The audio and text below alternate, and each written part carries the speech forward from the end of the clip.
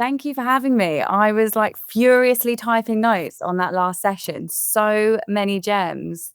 Absolutely. Yeah. You can tell that they are so thoughtful and intentional about the way that they're using AI. And I feel like just more discussions like that, and more, and just more visibility into conversations like that are really heartwarming of like, okay, we can use this in a way that isn't taking over, the human connection, which is something I know that you are very passionate about. I know you have some amazing slides prepared for us, so I don't want to eat into your time any more than I need to, but just want to stay with you until you get your slides up and going and making sure everything looks good on your end. Amazing. Thank you. So, just some background. I want to give people some background on how I first kind of discovered you while you get your slides up. Is I was at a event in the UK last fall for a creators retreat, and I had just given this session on building a community and kind of steps to launching a community. And someone came up to me after. They're like, "Hey, if you're really in the community industry, like, do you know Daisy Morris?" I said, "No, but I need to." And they're like, "You need to follow her." And so I obviously got your book and started following you on Instagram and just really love your approach to building community and the way that you do it with so much like heart and intentionality. So really excited to learn from you today.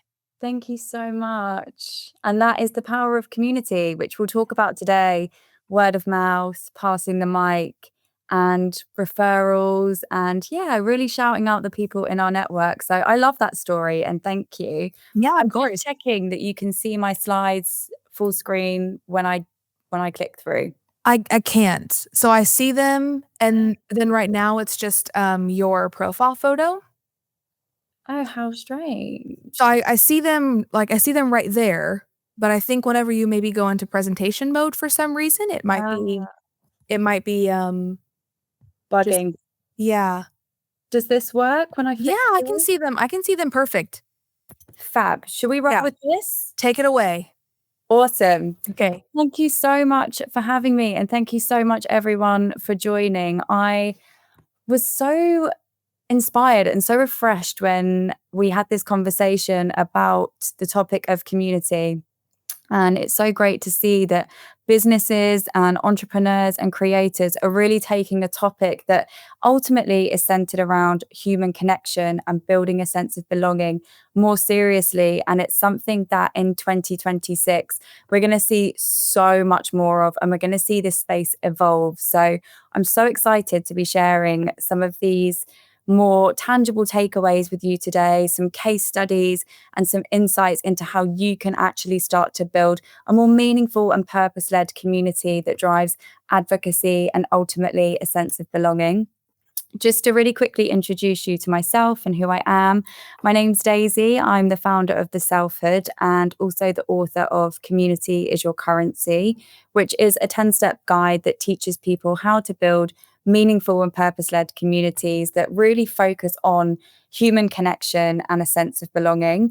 I work with brands like Meta, Gucci, Puma, Adobe, through to startups in the mental health and fashion space, and also content creators on taking digital interactions into real world community. So, a lot of what we speak about today will be that URL to IRL approach, which I could see from the chat box is a topic that people are really interested in and also came up a lot in the last panel. So, really excited to share some tangible takeaways with you today and really talk about community as a sense of currency within business, but also our personal life and just the value that it brings personally and professionally and how it helps us grow and evolve. And to do that alongside other people is one of the most rewarding parts of business. So I'm really excited to be sharing some ideas and thoughts on this too.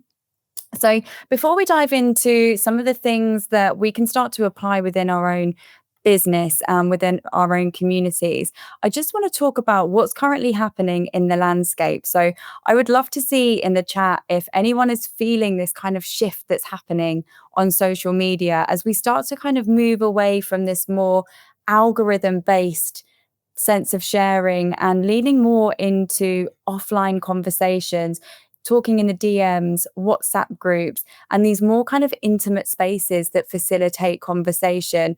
And I'd love to hear how you're all using social media, whether it's for discovery and awareness or community building, just to get a feel for where you're all at. But essentially, what's happening at the moment is there's this real sense of digital overwhelm. So WGSN, a trend forecasting agency, has coined 2026 the year of the great exhaustion.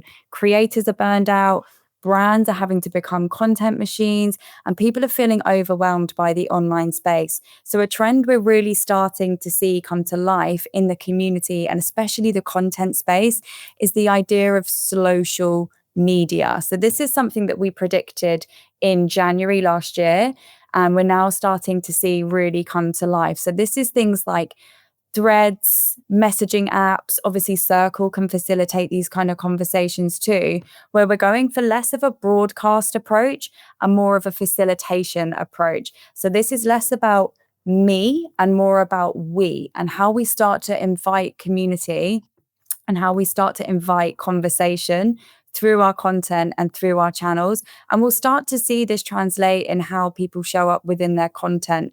So before, where it was about virality and visibility, as people start to move away from social media, and we see the rise of things like phone-free parties, giant picnics, walking clubs, community meetups. I know the topic of IRL, human-centered events, came up a lot in the panel before I came on. We're really going to start to see this shift in more of an unplugged movement and how we start to engage with social media. So social media will still be very much top of funnel. It will be a place where people search for you, they validate your credentials, they look at what your community is saying about you. But as we can see here from this piece of research, where social media used to be a lot more about being social, sharing opinions, connecting with new people, it's now become a place where people discover, they fill their spare time. So what we're seeing is that people are becoming less social and more media. So what that means for us is how we start to drive conversation, how we start to grow community will massively change. And we'll talk about some of the ways that that will happen in the next few slides. But ultimately, we've moved away from this idea of social media as a social space and more of a discovery and entertainment space.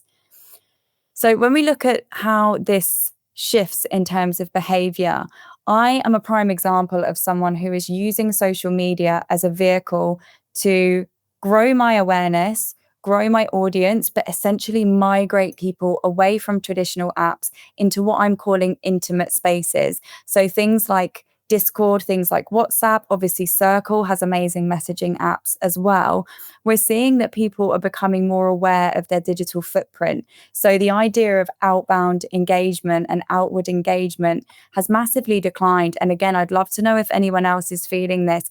Maybe you've stopped engaging as much, or you've seen that social media engagement has slightly declined, but you're seeing more messages in the DMs, you're having more meaningful conversations in the offline space. So really what this means is that we as community builders or people who are thinking about building community have a great opportunity to start to facilitate more intimate conversations, more meaningful conversations, and provide spaces that allow people to talk in just more meaningful and conversational ways. So what I would love for you all to think about is, what are some spaces and what are some ways that I can start to migrate my community off of traditional apps and into these more meaningful and more purpose-led spaces. So I have a WhatsApp group. There's over 800 people in it. It's primarily UK-based creatives. And within that group, I have general chat and conversation, events, meetups, and in-person connection. We have a work opportunities tab, and we have a few different communities that people can join within WhatsApp to talk about different topics. And this really gives people the option to participate in conversations they're interested in. So again, when you start to think about creating these digital and community experiences, it's also about creating experiences that feel tailored to your community. So something I'd highly recommend that you do before you create an intimate space is gather that feedback. So how do people want to hear from you? Would a WhatsApp group work, or would a platform like Circle work better? Would messaging work? Would monthly meetups online? Would a video call like this once a month work as well? This is also something I do. I have a Zoom meetup once a month where people can bring an idea. They might just want to vent about a client or a tricky situation, but we all gather, everyone gets to pass the mic to each other and get direct feedback on a challenge or an idea. And it just means that people have space to vocalize what it is they're working on and where they might need feedback. And this was all informed by the WhatsApp group. I asked people what they were struggling with, and they said, I want a space to express my ideas. I want a space where I can talk to different people and get different opinions. So it really was a co-creation between me and my community. The next thing is to really think about how and when people participate in your community. So, as I mentioned, digital overwhelm is a real thing that we're seeing, and people are really challenging how they have their notifications on, how they hear from brands, how they hear from businesses. And as a lot of people move away from social media and really unplug and get up close and personal with IRL and rediscover connection in the offline space, it's worth thinking about how people can drop in and out of your community meetups and hangouts. So is it that you make the Zoom calls an optional part? Is it that you make multiple tabs within a WhatsApp community? Is it that you have 2 Zoom calls a month, one on a weeknight, one on a lunchtime, and you start to create these experiences based on your community's lifestyle? Another example that I've started to do within my own community is I noticed that the majority of people who join Selfhood community are freelance or they work independently, but there is a small subgroup of people who are working 9 to 5 that are maybe curious about entrepreneurship or looking to meet new connections. So we've actually created weekend meetups as a result, so that people working 9 to 5 can also come along and connect with new people. So we've created a social strand where we go for food, we go to art galleries, and we create these weekend-led meetups. Again, this is all informed by feedback from my community. So that direct feedback loop is really, really important. Another thing is to think about what you become known for as a community builder. And I know that in the last session, there was a lot of conversation around belonging and connection. And I love this case study from one of our clients, Angela Scanlon, who is a radio presenter, content creator, and TV personality. So she created a content series called Things I Love That My Husband Hates, which was really about man repelling outfits, wearing whatever you want, and just being the boldest version of you, and often refers to herself as a hot mess. And as a result, this content series drove over 100,000 new followers.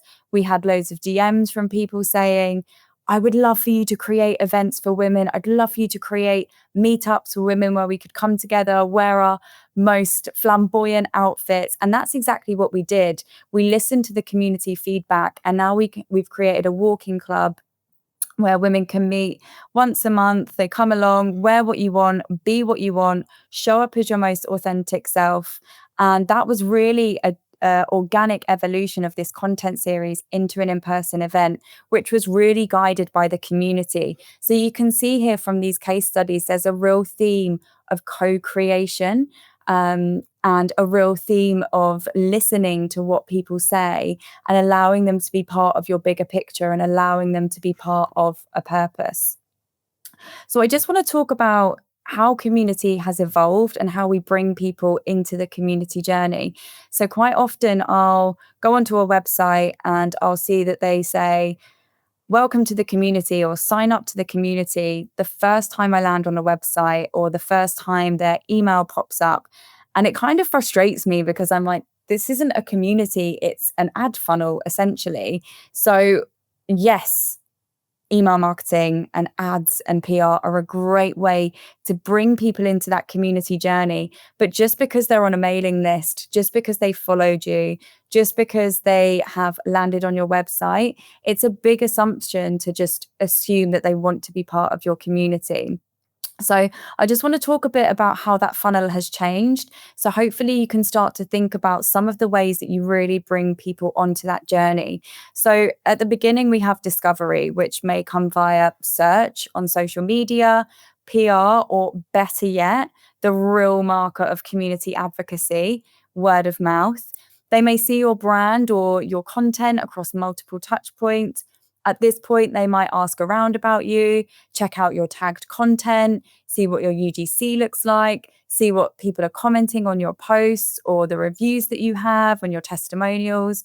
Then they start to dig around to see what they see in your brand that they see in themselves. And this is where your values and their values and the sweet spot in the middle is super important. And this is where that constant dialogue with your community is really helpful, because you can start to see what people are challenged by, or what people are struggling with, what they feel inspired by, what they're feeling connected by, and start to create around that. They assess your vibe over time. Maybe then they start to participate in conversation, sign up to an event or email, and that's when they become part of the community. So it's not an immediate thing. Communities are earned. It's about that deep level of understanding and creating that belonging, which is largely driven through conversation. So now let's talk about some tangible ways that we can really start to drive that, and the key methods for 2026 and beyond. So a key theme I'm seeing is facilitation over broadcasting. So again, I spoke about the me versus we approach, but this is really about passing the mic as much as you can and letting people grow with you. So the communities and the creators and the brands that I've worked with this year, who I've seen great success from, are those who really invite their community into the conversation. And this could be things like creating a close friends list, sharing mock-ups of your latest product, or giving them VIP access to an offer that you're launching, and getting their direct feedback so that you can improve. Nothing says to a community, I care about your opinion, than getting a feedback loop and actually implementing it. Something I also do to spotlight my community, I host lots of in-person events. I often say to people, if anyone would like to facilitate a session, trial a new workshop, get feedback, you can also come to the event, and use that as an opportunity to grow your feedback. So it's really about that co-creation piece. There's a lot of focus on scaling and growing and customer acquisition, which is obviously a great marker of success. But ultimately, we also want to think about driving familiarity. Community is really built through hours spent, and it's about those conversations. It's about familiarity. It's about trust and seeing the same people come back over and over again. And the way that you do that is really delivering an inclusive environment. And again, getting that feedback so that you can create experiences that people want to come back to. Look at your ecosystem. So, again, this is about allowing people to be flexible within your village and within your different touch points where you speak to people. So, it could be that you have a newsletter where you share with your top tier community members, the inside the four walls, what's happening right now behind the scenes. It could be you have a WhatsApp group or a close friends list, and an in-person events strategy where you allow people to be part of your world. Not everybody wants to go to in-person events right now. It's super busy time of year. So it could be that a WhatsApp group is better suited. Some people are in the opposite direction where they're like, I'm so overwhelmed by notifications. I don't want to look at a WhatsApp group, but I really want to connect to an in-person community. So have a think about the different resource you have available, the different ways that you can start to create a journey that facilitates different styles of connection. Because like I said, people are at real different points in how they want to participate in community right now. Something I absolutely love is the idea of accountability to stay locked in. So this is about removing yourself so much as being at the center of community and allowing your community to connect to each other. So it could be that you set up accountability partners. Something that I do in my WhatsApp group every Monday, I drop in and say, would love to hear what your goals are this week, or would love to hear something that you're looking for accountability for this week. Everyone drops their ideas in, everyone drops in what they're working on. And then on a Friday, we go back and say, how did you get on this week? I'd love for you to share your wins. And it's a really nice way for people to A, hold themselves accountable, and B, be able to celebrate themselves, but also feel connected and part of the conversation rather than me just broadcasting the whole time. It's about everybody getting involved, cheering each other on. And ultimately, that's what community is about. It's about feeling like you have value in a certain space, like you feel connected and like you really belong. Create a constant feedback loop. So if you're looking at in-person events, send a survey afterwards. Criticism can often be hard, and it's something that quite often I see businesses shy away from. When you work really hard on something, I totally get it. You want everyone to absolutely love it, but the realistic point is, unless you know how people truly feel about what you're doing, you can't optimize it and improve it for next time. So it could be that you send surveys, it could be that you run polls. Something I absolutely love to do, I do this with my own community and with clients, is to host focus groups. Maybe you invite 10 people to a Zoom call and you ask them about your product or your service or how they're feeling about your industry. And then that way you can start to create experiences and you can start to create products based on that real-time feedback. But having a real mix of how you get that feedback is super important. Co-creation alongside collaboration. We see lots of brands and lots of businesses collaborate with creators and brands, but something I'm super interested in is the idea of co-creation. So using that feedback to actually create products. There's a couple of beauty brands that do this. They invite their key customers in, trial products, get their feedback, and then create based on that. IKEA is another great example. They have IKEA Labs where they speak to students, where they speak to corporates, they ask them about their lifestyles, and they actually create the products based on that. Another great example is the Lego community. So the community can submit ideas to Lego and then Lego actually go and produce their favorite ones. So there's lots of great businesses that are doing this co-creation technique. So again, I'd love for you to think about how can I create experiences that are influenced and guided by the community. Give, and give. So communities are not just numbers, they're actual people. And quite often I see brands and I see businesses talk about community, but what they're talking about is social media numbers. And they forget that community, real life people who are actively participating in the brand. So this is about really giving as much value as possible. This was a topic that came up in the last panel, and it's such a bang on point. People want to know that you really value their time, because that is essentially what we're doing here. We're asking people for their time. And then the final and most important point when building a community is that safety and belonging always come first. When we think about human-centered connection and really allowing people to feel like they connect and belong to something, it's about getting really clear on what your values are and how you want people to feel. So I host monthly co-working days. I hosted one today. It's an in-person event for freelancers and people who are working independently and alone. A big part of my mission is tackling the loneliness epidemic. We see this particularly in the freelance industry.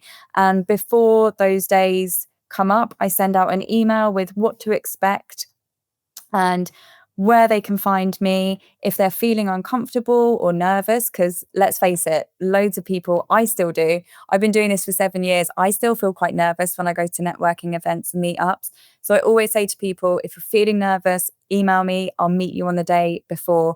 I make sure I greet everybody. I say hello to everybody. I make sure everyone is sat down and feeling comfortable. In my WhatsApp group, I have a set of ground rules, what we tolerate, what we don't.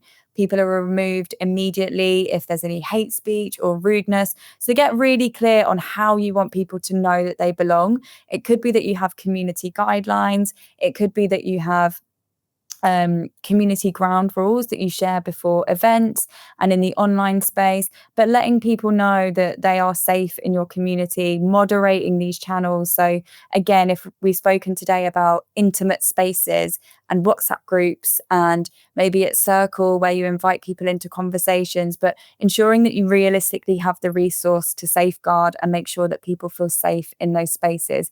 belonging is the number one component to building a community. It's seeing yourself in something, it's feeling like you are valued in a space. I interviewed a psychologist for my book about this exact topic.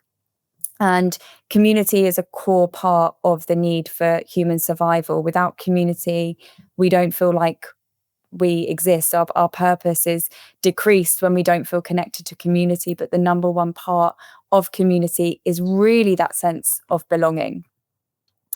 So, as we move into this next chapter of community, I'd really love you to start thinking about quiet impact and how you can give people space to recognize their role within your community.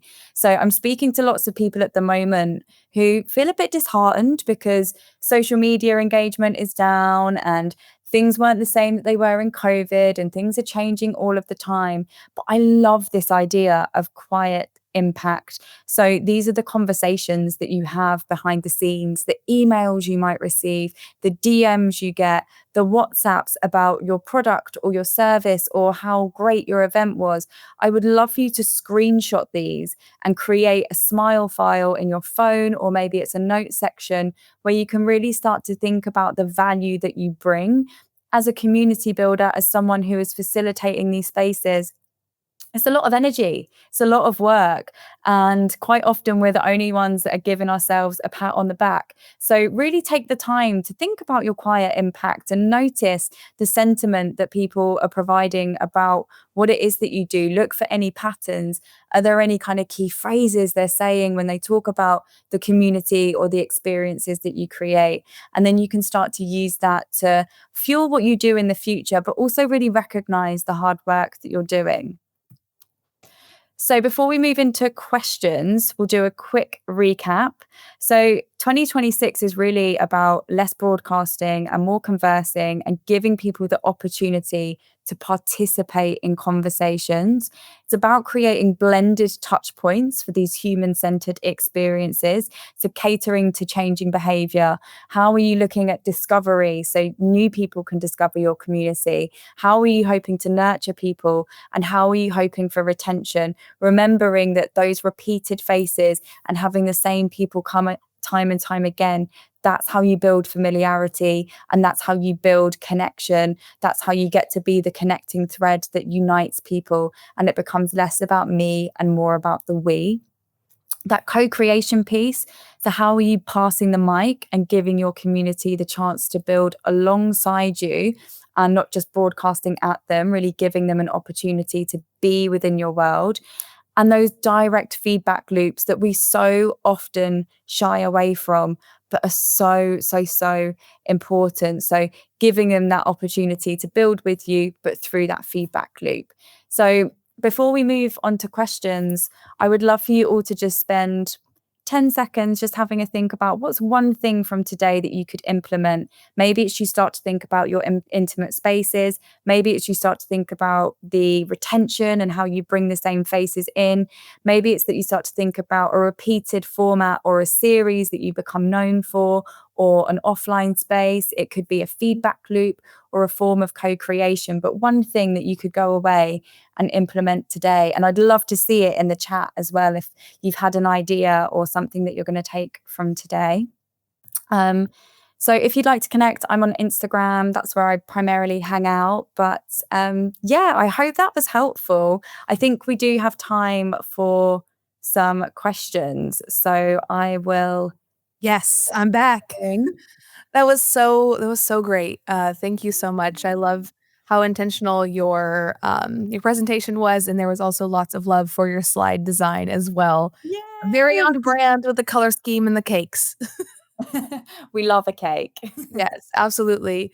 I know that people are there is a little bit of lag between the live and what people are watching now. So people are dropping comments in the chat now based on what they're taking away. So would love for you to read those.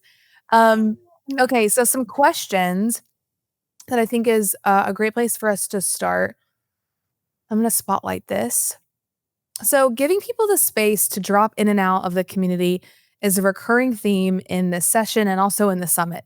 I understand giving people space to engage in their own terms. However, I'm curious where you stand on FOMO as a lead generation tactic. Oh, great question.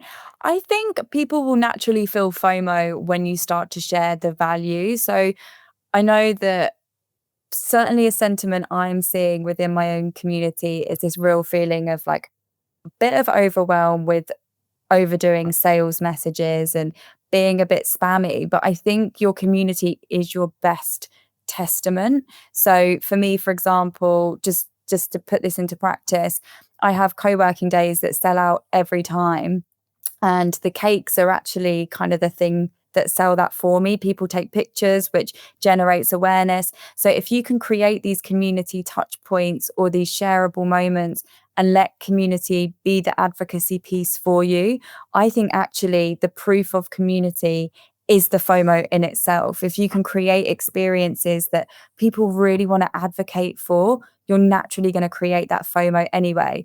Having said that, there's no harm in saying like, FYI, half the tickets went in the last hour. If you want to come, like you need to move quickly.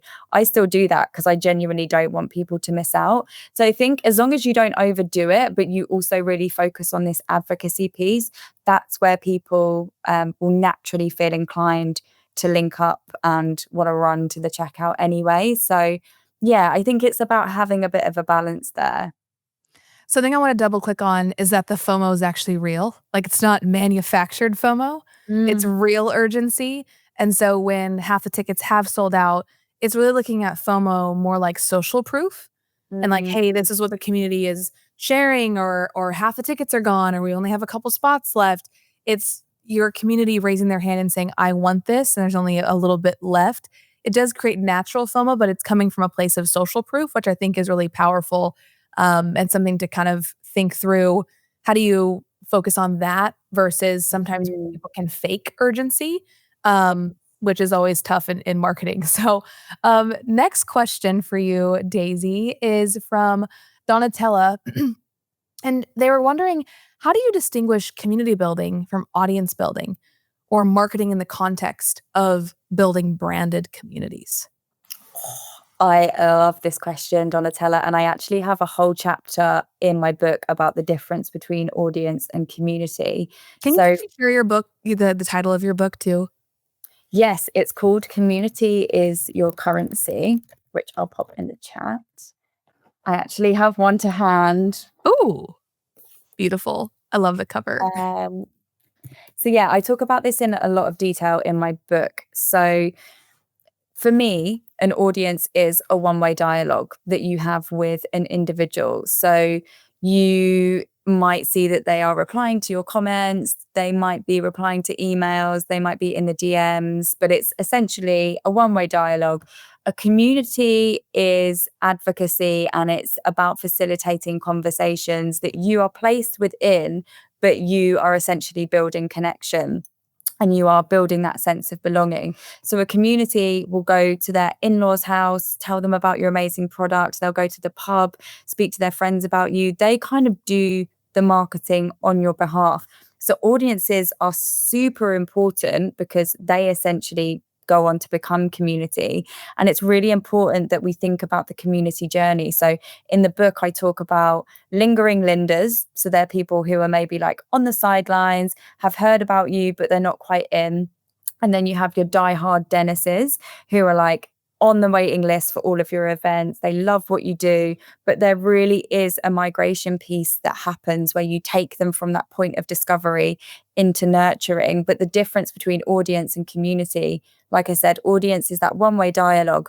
Community is, I feel connected to your brand. I feel like I belong. I know people in your community. I'm talking about your products. It's like when you go to the TikTok comments of a brand that people love, it's like, girly, I feel like we're spirit animals. It's like people really feel like they connect through brands and it kind of builds that familiarity. But it's really important that we spoke about this in the slides I shared, but facilitating that conversation so people can embed into your world and feel like they essentially participate in your world and not just observe it. So I think that the key thing is to allow yourself to be the connecting thread that unites people. And that largely comes from passing the mic and facilitating conversations, whether that's on social media or in intimate spaces. You had a few people in the chat saying that they purchased your book and they can't wait to read it. So I love it. I love it. Maybe we should all do a book club for community is your currency. That'd be Yes. fun. I would love. I mean, hopefully I'm invited. Obviously, I've read. Well, of course. Yeah, we would have to have like a fireside chat with you. I love this question from John because it speaks to different programming for different personalities. So, do you find that introverts are, and then he put in parentheses, our audience is largely introverted folks, um, will respond to in person gatherings well? Are there any things that you can do to make IRL more introvert friendly? I love this question so much because I actually think the majority of my community is quite introverted. They're freelancers, they're working independently, they are often at home alone, they're quite deep thinkers, creative people. So I really notice, and I think I mentioned this before when I do my co working events, a lot of people are feeling anxious and nervous. So this is such a great question. And I think it's really topical as we think about in person events as a key theme for community building next year. There is 100% a shift we're seeing, but there's also that thing to be mindful of. People do feel quite intimidated. Something I love is conversation cards. So I sometimes leave conversation cards on the table that people can pick up. So if they're sat next to a stranger, they've got this kind of guided prompt that can facilitate connection. And also just letting people know beforehand, like, I recognize that coming alone might be big. FYI, most people are here alone. We're all in the same boat. And just setting the tone and acknowledging that it's a big thing to do, but like we're all in it together. We're all on the same wavelength. Greeting people. So I think I said when I was talking through my slides, I always greet people. As soon as they get to the event, I make sure I give them a hug or say, where did you come in from today? So I think personally being there, setting the tone before, the question cards are really helpful. Something that I also do with my events, and you might look to do, is have almost like ambassadors. So there are people that come to my events who are quite big personalities, and I will strategically place them with other people because I know that they'll be good at talking. If they're maybe feeling a bit shy, there's a big personality there that can kind of fill that space. So, yeah, it's a really great point and a really great question. But I think the key points I've mentioned as someone who has experience in that is really, really helpful. Also, small groups too.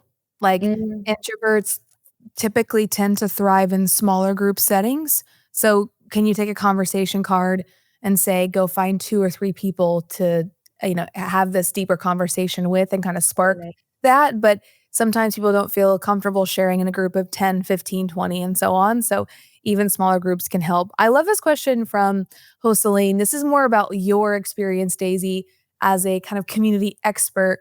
And I'm going to spotlight his question. So, he was curious if you started working with major brands and then wrote the book, or did you write the book and it helped you build credibility with major brands? Which came first for you? I had worked with very few major brands. I'd worked with a couple, maybe like 2 or 3. And then just through sharing my work on social media, a publisher reached out to me and said, we love your content. Have you ever considered writing a book? And initially I was like, absolutely not. Like, the imposter syndrome was huge. I didn't feel like I was a writer. And I was so scared that people would completely annihilate me on social media and it would get loads of bad reviews. So I initially said no. And they asked me to write the book Community Social Media Made Easy, which isn't a book that I would write. So I pushed back and said, can I write Community as Your Currency, which they liked. So I share that just to say, if you ever get an opportunity that doesn't feel aligned, please always push back and do the work that feels connected to your values, because I then felt really proud of this book because it was something that really meant something to me and felt really connected to my purpose.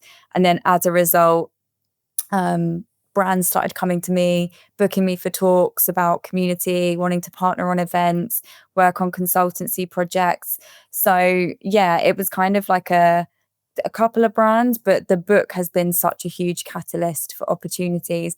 And I also just want to say, I used to get the fear so much of looking cringe online and worrying that people were going to screenshot my content and send it into WhatsApp groups. And that's been such a journey. And I advocate so much now for, if you have a great idea and if you're deep in your purpose, please don't shy away from sharing on social media and being yourself and being on that mission to connect people, because I'm a walking case study of someone that kind of pushed through that initial fear of being seen.